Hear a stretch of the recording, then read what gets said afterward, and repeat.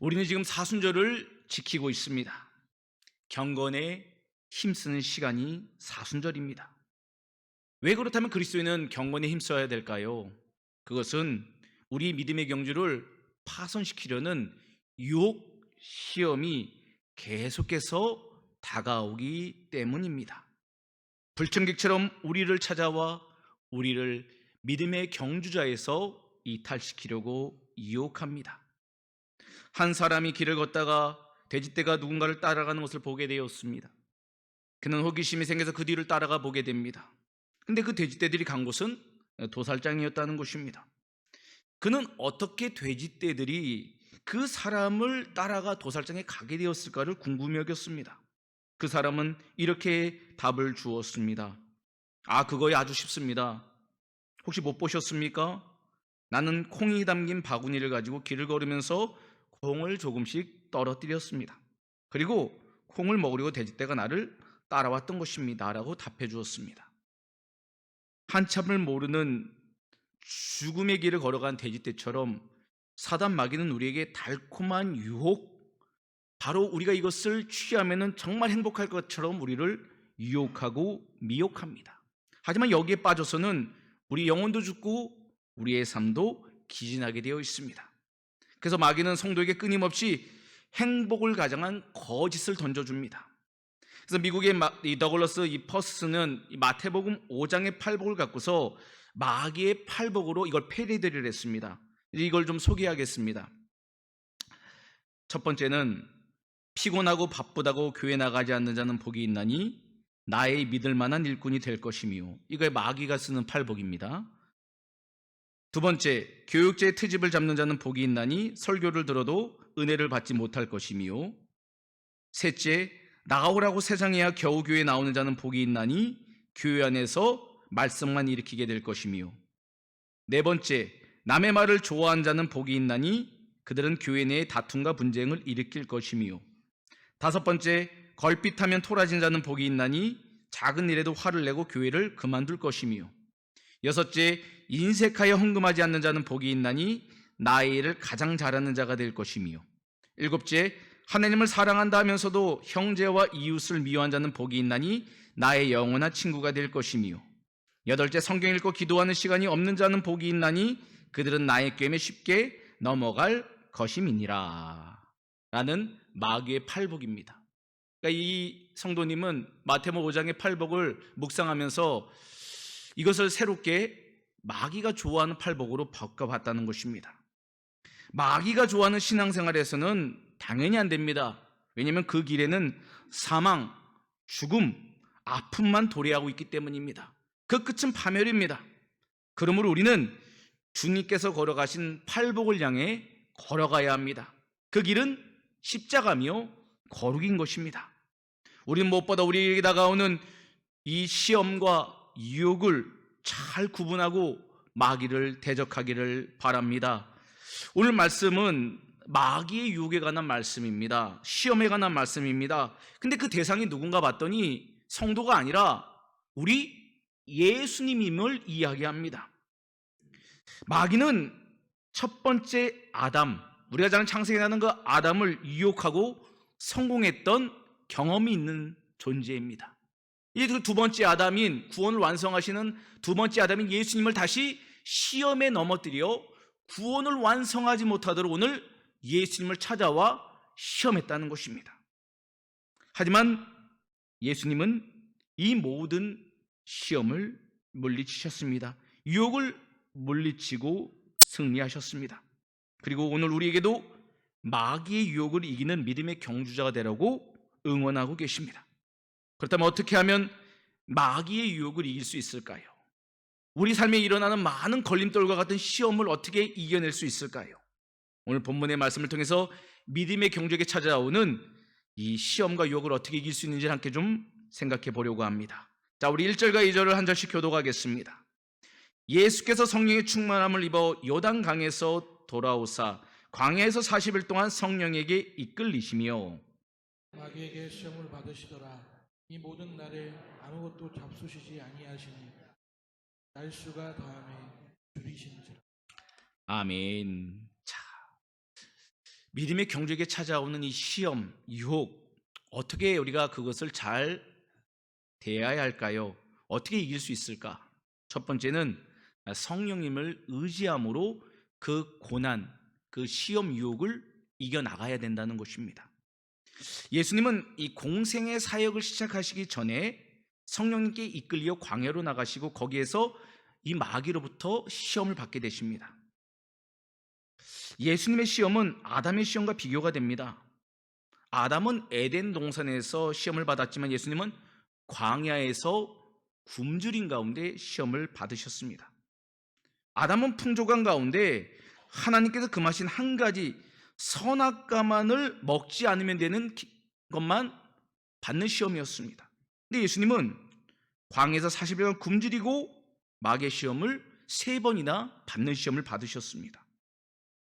아담은 실패함을 통해서 세상에 죄가 들어왔고 우리 온 인류는 사망의 그늘 아래 놓이게 되었다면 예수님은 이 시험을 이기시고 승리하심을 통해 죄의 영향력을 상실시키시고 인류에게 구원의 길을 열으셨다는 것입니다. 그러므로 우리는 예수님을 본받아야 하는 것입니다. 우리가 여기서 한 가지 좀 더 살펴보고자 하는 것은 성경이 말하는 이 시험과 유혹의 차이입니다. 시험과 유혹은 조금 구분해서 이해하는 것이 좋습니다. 시험은 하나님께서 우리를 믿음의 좋은 일꾼으로 연단시키시는 성장의 과정이 이 시험입니다. 그의 반면에 유혹은 마귀가 우리를 믿음을 잃게 하고 넘어뜨리기 위해서 하나님과 멀어지게 하려는 올무다라고 이해하면 좋겠습니다. 그러니까 오늘 본문에 나오는 예수님이 40일 금식 후에 마귀에게 받으신 이 시험은 이 페이라조인데 이거는 우리가 조금 전에 본 것처럼 유혹입니다. 하나님께서 주시는 연단의 과정이 유혹이었다고 이해하면 좋겠습니다. 중요한 것은 하나님의 시험을 통한 연단의 과정이든 사단이 올무르는 유혹의 과정이든 중요한 것은 성령님을 의지할 때 모든 과정을 이겨나갈 수 있고 성장과 성숙으로 나아갈 수 있게 된다는 것입니다. 그래서 우리는 성령님의 도움을 구해야 합니다. 로마서 8장 26절 말씀 우리 함께 보겠습니다. 시작. 이와 같이 성령도 우리의 연약함을 도우시나니 우리는 마땅히 기도할 바를 알지 못하나 오직 성령이 말할 수 없는 탄식으로 우리를 위하여 친히 간구하시느니라. 아멘. 시험이든 유혹이든 우리에게 찾아올 때 우리가 어떻게 돼야 되는가? 우리 힘으로는 감당할 수 없다는 겁니다. 그래서 우리는 성령님을 의지해야 됩니다. 목회자든 장로님이건 집사님이건 권사님이건 성도님이건 우리 힘으로 신앙생활을 할 수 없습니다. 가정생활을 할 수 없습니다. 직장생활을 할 수 없습니다. 성령님을 초청해야 됩니다. 그분의 위로와 그분의 격려와 그분의 힘을 공급받아야 하는 것입니다. 예수님 공생애를 시작하시면서 인간적인 힘이나 노력이 아닌 성령님의 인도로 사역을 감당하셨습니다. 그 오늘도 예수님은 성령님께 이끌려 광야로 나가셨습니다. 그리고 그곳에서 40일간 금식하며 기도하시고 하나님과 연합의 시간을 가지셨습니다. 광야라는 곳은 고난의 길이며 힘듦의 시간이지만 이 광야는 또한 하나님을 만나는 장소이며 우리를 더 좋은 믿음의 사람으로 연장시키는 훈련의 장소라는 것입니다. 많은 믿음의 백성들이 이 광야에서 새로운 사명을 부여받았습니다. 그리고 이곳을 통해 다시 용기를 얻게 되었습니다. 마귀를 이길 수 있는 거룩으로 무장되었습니다. 그러므로 우리가 예수님의 제자로 살아가기 위해서 무엇보다 필요한 것은 바로 성령의 충만함입니다. 성령님께 이끌림 받는 순종의 삶인 것입니다. 우리 마음대로 고집 피우고 우리 마음대로 판단해서는 우리는 넘어질 수밖에 없는 연약한 존재임을 우리는 반드시 기억해야 합니다. 성령님께 이끌리는 삶, 그렇기 때문에 광야가 꼭 나쁜 것만은 아닌 것입니다. 우리 인생의 고난이 꼭 걸림돌만 되는 것은 아니라는 것입니다. 그 어려운 고난과 위기 속에서 하나님을 바라보고 성령님을 의지함을 통해서 얼마든지 걸림돌을 디딤돌로 딛고서 일어설 수 있는 발판이 될 수 있기 때문입니다. 달랑 우리 인생에 다가온 광야라는 것은 하나님의 은혜를 경험할 수 있는 축복의 통로인 줄 성도 여러분 믿으시길 바랍니다. 그래서 우리가 믿음의 눈으로 우리의 처한 고난 광야를 바라볼 수 있는 믿음의 해석이 중요한데, 그건 바로 성령님이 우리에게 주신 놀라운 은총인 것입니다. 모세도 광야에서 하나님을 만났습니다. 엘리야도 광야에서 하나님의 사명을 다시 부여받았습니다. 이스라엘 민족도 40년간 하나님의 백성으로 연단되었습니다. 그들은 이것이 하나님의 시험인지 마귀의 욕인지 헷갈릴 때도 있었습니다.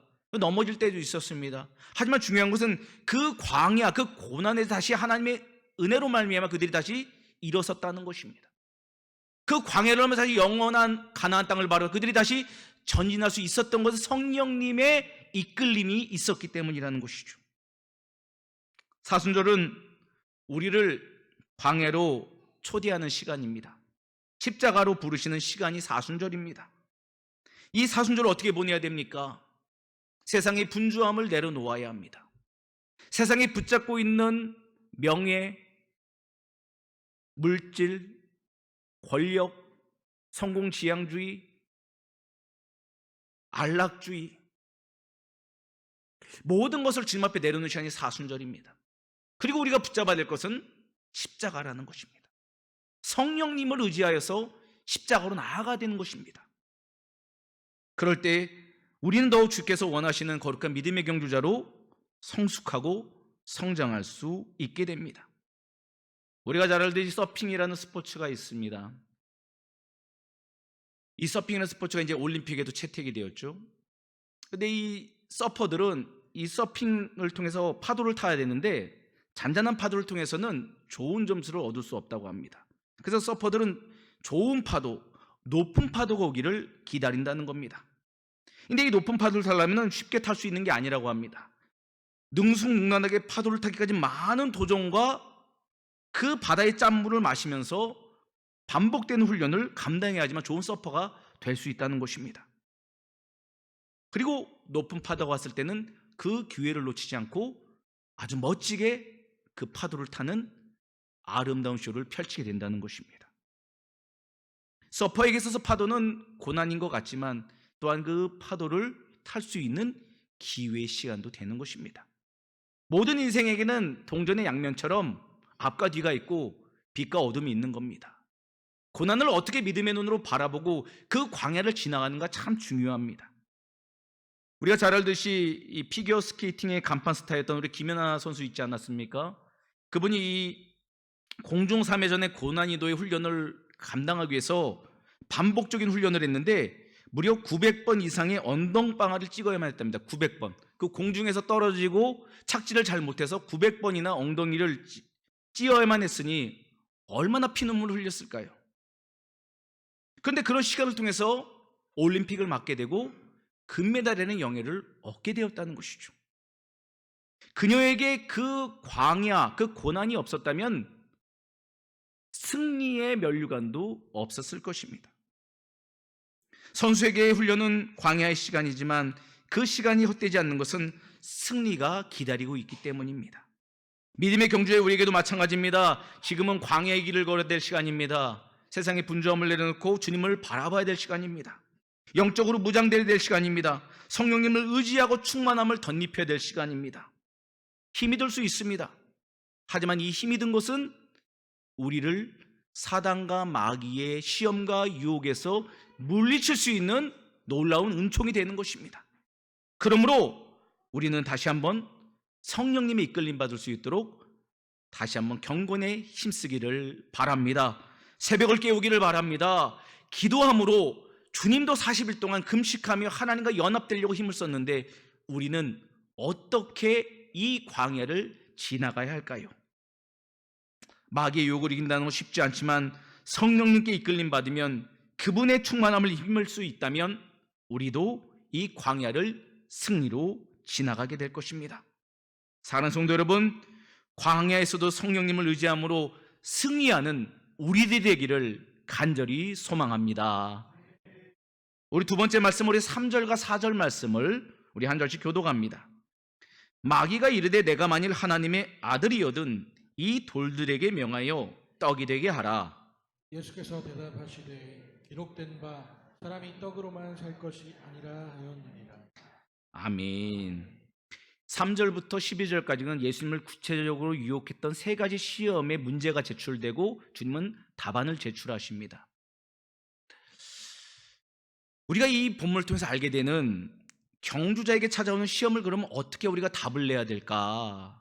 답을 찾아야 되지 않겠습니까? 무엇입니까? 주님은 말씀으로 이 유혹을 물리치셨다는 겁니다. 인생의 모든 문제 앞에서 해답은 주님께 있다는 겁니다. 우리가 인간적인 생각으로 시험을 대할 것이 아니라, 유혹을 물리칠 것이 아니라 전적인 하나님의 말씀을 의지하는 태도가 필요한 것입니다. 오늘 이 반복적인 모습, 시험과 말씀이 반복적으로 3번이나 반복됩니다. 이 말은 마귀의 유혹도 포기하지 않는다는 것입니다. 근데 우리의 답도 여전히 포기하는 답이 아닌, 인간적인 답이 아닌 하나님께서 원하는 답안을 제출해야 되는데, 그건 바로 말씀이라는 것입니다. 말씀으로 무장해야 이 사단 마귀의 시험과 유혹을 물리칠 수 있는 것입니다. 마귀는 구체적으로 우리를 유혹합니다. 불투명하게 유혹하지 않습니다. 먼저 40일간 금식하신 예수님께 어떻게 유혹합니까? 돌을 가지고 떡을 만들어 먹으라고 유혹합니다.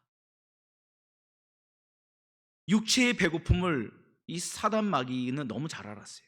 우리가 한 끼, 두 끼, 하루 금식을 하면요, 우리의 모든 주파수가 다 먹는 거에 꽂히게 돼 있어요. 어디 집에서 된장찌개만 끓여도요, 그 냄새가 얼마나 잘 맡아지는지 모릅니다. 왜요? 우리가 그만큼 배고픔, 육에 약한 존재라는 거예요. 이 배고픔을 하나 우리에게 설정한 것은 우리가 그만큼 육에 약하다는 거예요. 영에 약한 존재가 되어야 되는데 육에 약한 존재라는 거예요. 그래서 우리가 죄인인 것입니다. 그 죄인의 특징은 육을 자꾸 채우려고 하는 거예요. 그래서 사람들이 자꾸 취미 생활하고 여행 다니고 이걸로 인생을 자꾸 채우는 것은 무조건 나쁘다는 게 아닙니다.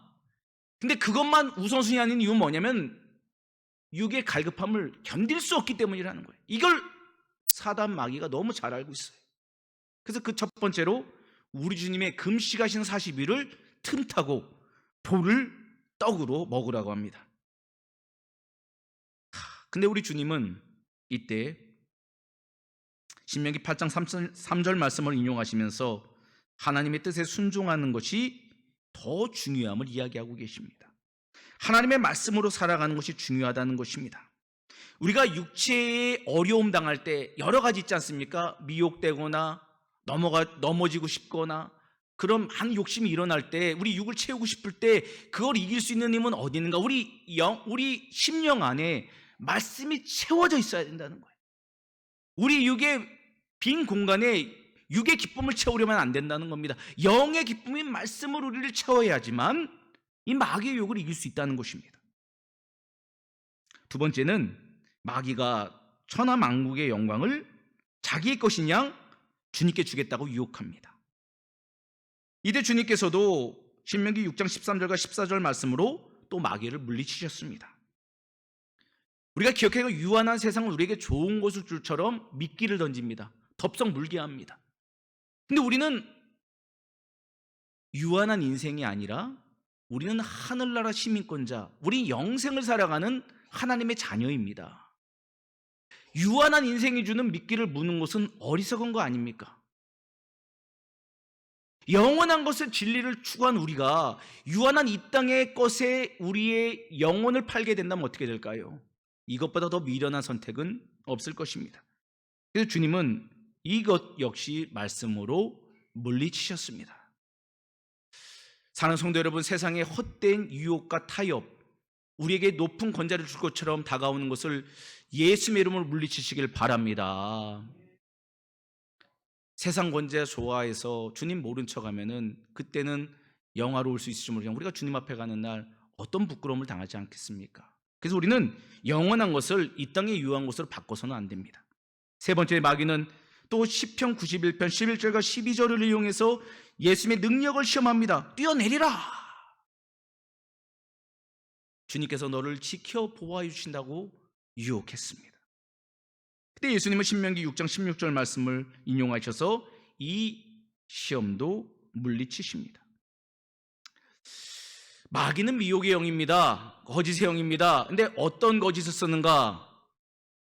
거듭 강조가 되는데 배고픔에서, 권력에서, 그리고 하나님의 자리까지 넘보는 게 바로 마귀의 전략이라는 겁니다.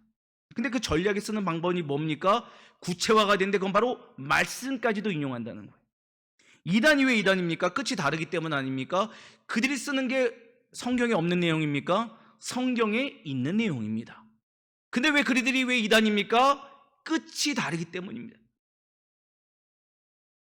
근데 많은 사람들이, 많은 믿음의 백성들이 그 거짓된 도에 넘어갑니다. 왜냐하면 그들이 말씀으로 미혹했기 때문인 거예요. 이 세 번째 시험에 넘어가기 때문인 것입니다. 그러므로 우리가 말씀으로 다가온 이 거짓의 영을 어떻게 이겨낼 수 있는가? 바로 말씀으로 이겨낼 수 있다는 겁니다. 말씀의 분별력을 통해서 이것이 하나님의 뜻인가 아닌가, 이것이 하나님께서 말씀하시는 분명한 뜻인가를 우리가 밝히 알아들어야 합니다. 그래서 마귀의 시험이 찾아올 때 무턱대고 맞서 싸우는 것은 지혜도 아니고 용기도 아닙니다. 우리가 마귀의 시험 유혹을 이길 수 있는 길은 오직 하나님의 말씀으로 무장하고 그 말씀에 순종하는 길 가운데 일어나는 승리의 면류관이라는 것이죠. 말씀을 읽고 묵상하고 순종하는 백성에게 마귀는 한 길로 왔다가 7길로 도망갈 줄 믿으시길 바랍니다. 그래서 우리는 깨어나야 합니다. 이 사순절 무장해야 됩니다. 군사답게, 그리스도인답게 주님으로 준비되어야 되는 것입니다. 에베소서 6장 11절 말씀을 우리 함께 봅니다. 시작. 마귀의 관계를 능히 대적하기 위하여 하나님의 전신갑주를 입으라. 아멘. 지금 사도 바울은 에베소 교회 성도들을 향해서 지금 영적 전쟁을 나가는 군사인 교회는 전신갑주를 입어야 된다고 설명하고 있습니다. 바로 우리를 지켜야 된다는 것이죠. 그럼 방어만 하면 되겠습니까? 무엇으로 공격합니까? 우리 17절 말씀을 우리 함께 봅니다. 시작.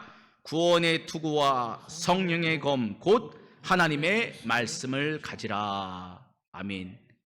다 우리를 방어하는 방어 기제인데 딱 유일하게 하나 공격 기제가 있으니 바로 하나님의 말씀, 성령의 검을 들고 악한 사단 마귀를 물리치라고 우리에게 권면하고 있습니다. 그러므로 우리가 하나님의 말씀을 가까이 해야 됩니다. 하나님의 말씀을 가까이 하면 가까이 할수록 마귀의 유혹은 멀리 떠나가게 되어 있는 것입니다. 마귀는 지금도 실제합니다. 마귀가 없습니까?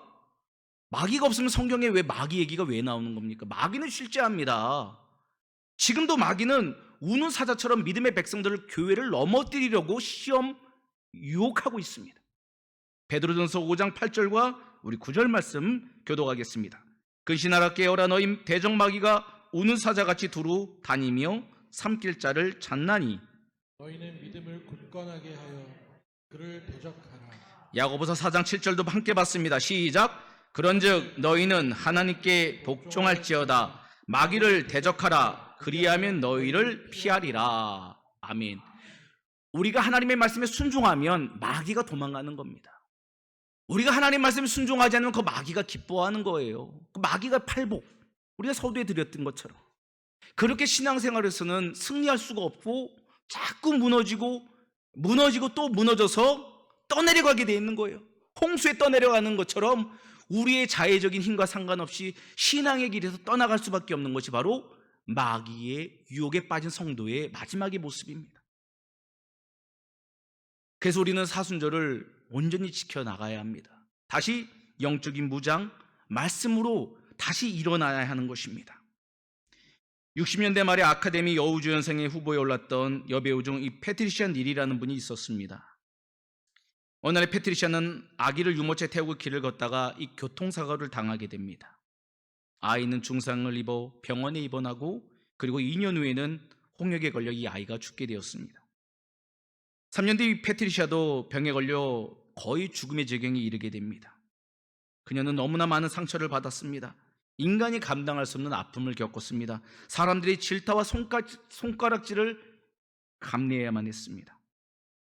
하지만 그녀는 인내하고 또 인내함으로 조금씩 살아나기 시작했습니다. 그리고 배우로서의 최고의 영예인 오스카상을 받게 됩니다. 이때 신문기자가 그녀에게 고난을 극복한 열쇠가 무엇이냐고 묻게 됩니다. 그리고 이 패트리시아는 방 안에 있는 액자를 손으로 가리켰습니다. 그 액자에는 이런 글이 적혀 있었습니다. 두려움이 문을 두드릴 때 하나님께 대한 신앙이 대답을 했다. 그랬더니 밖에는 아무도 없었다. 성도들, 이 문구 너무 아름다운 문구입니다. 두려움이 문을 두드릴 때 하나님께 대한 신앙이 대답을 했다. 그랬더니 밖에는 아무도 없었다. 무슨 말입니까? 시험을 당할 때, 유혹을 당할 때 신앙으로 대답할 수만 있으면 모든 것을 물리칠 수 있다는 겁니다. 우리를 정말 죽이려 삼키는 두려움이 있습니까? 믿음의 문을 열고 그걸 한번 대면해 보십시오. 아무것도 없다는 겁니다. 이미 하나님이 예수 그리스도를 통해 십자가에서 승리하셨기 때문입니다. 사단 마귀는 예수의 십자가 보혈 앞에서 엄두 낼 수도 없습니다. 우리를 침몰할 수도 없습니다. 우리를 넘어뜨릴 수도 없습니다. 그럼 우리는 항상 말씀으로 이 문제에 대한 답을 준비해야 됩니다. 인생의 답을 준비해야 됩니다. 고난에 대한 답을 준비해야 됩니다. 그 준비의 시간이 바로 사순절입니다. 학생들은 시험 준비를 열심히 준비해야지 문제를 받고 답안지를 기쁨으로 써내려갈 수 있듯이 우리 믿음의 경주자에게 신앙의 답을 아름답게 써내려가기 위해서는 이 사순절을 통한 해답을 준비해 나갈 수 있는 영적인 근력을 키워내야 됩니다. 왜 그렇습니까? 이 사단 마귀의 시험이 3번으로 끝나는 게 아닙니다. 13절 말씀, 우리 13절 말씀 함께 봅니다. 시작. 마귀가 모든 시험을 다한 후에 얼마 동안 떠나니라. 아멘. 얼마 동안 떠났다는 것은 다시 온다는 겁니까? 안 온다는 겁니까? 다시 온다는 거예요. 불청객입니다. 초대 안 한데도 오는 게 바로 이 마귀입니다. 우리의 마음을 놓고 하고, 우리의 가정을 놓고 하고, 우리 직장을 놓고 하고, 우리의 염려, 근심, 걱정에 불을 지릅니다. 그러므로 우리는 다시 한번 주님을 바라보고 성령의 이끌림 받아서 말씀으로 덧입혀져야 됩니다. 그러면 어느 순간 염려는 소망으로 바뀌고 슬픔은 기쁨으로 변화되는 놀라운 십자가의 승리를 경험하게 될 것입니다. 우리 모두가 다 그런 주의 백성으로 믿음의 경주를 감당하기를 주님의 이름으로 축복합니다. 말씀을 맺도록 하겠습니다. 그리스도인에게 시험과 고난을 극복하는 비결은 말씀과 기도에 시간을 쏟는 것입니다. 사람을 향해 자신의 얘기를 하다 보면 성령을 의지하지 않고 사람을 의지하게 되고 하나님께 물어야 될 시간을 자꾸 세상에 허비하게 됩니다.